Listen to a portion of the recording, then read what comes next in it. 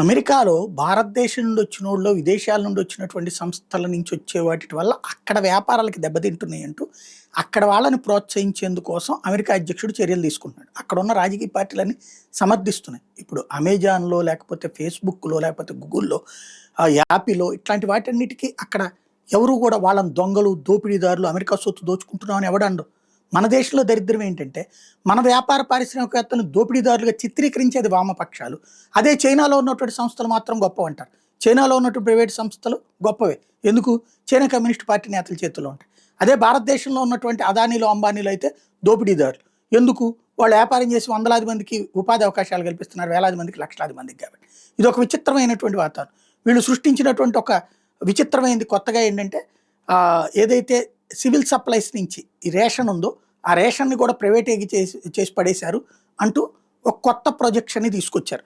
దాని మీదన ఆర్టిఫిషియల్ ఇంటెలిజెన్స్ని అడిగితే అసలు నిజాలు తెలిసాయంటూ చాడా శాస్త్రి గారికి సంబంధించినటువంటి ఒక కథనం చూద్దాం. దీన్నే లేపి తన్నించుకోవడం అంటారు. ధాన్యం సేకరణ మరియు రవాణా ప్రైవేటీకరణ చేయడం అంటే వ్యవసాయాన్ని అదాని, అంబానీ చేతిలో పెట్టడమే మరియు రద్దయిన వ్యవసాయ చట్టాలు అమలు చేయడమే అంటూ సిపిఎం వాళ్ళు పోస్టర్స్ వేసి ప్రచారం చేస్తున్నారు.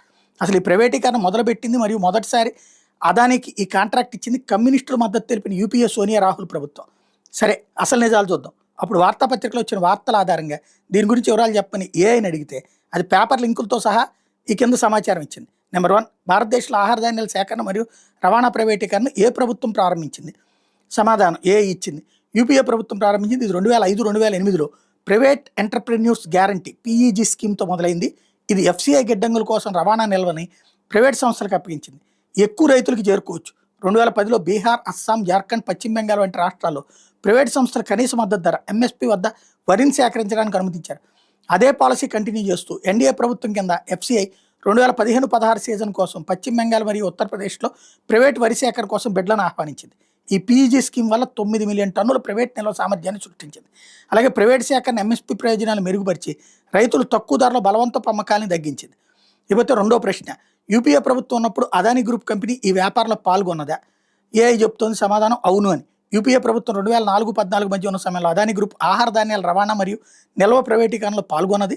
తమ అనుబంధ సంస్థ అదానీ ఆగ్రి లాజిస్టిక్స్ లిమిటెడ్ ద్వారా 2005 నుంచి ఎఫ్సీఐ నుంచి ధాన్యాల నిల్వ మరియు రవాణా కోసం సైలోలని, అంటే పెద్ద గోడౌన్స్ అభివృద్ధి చేయడానికి మరియు నిర్వహించడానికి కాంట్రాక్టులు పొందింది. ఇందులో బల్క్ రవాణా కోసం ప్రత్యేక రైలు రేఖలు కూడా ఉన్నాయి.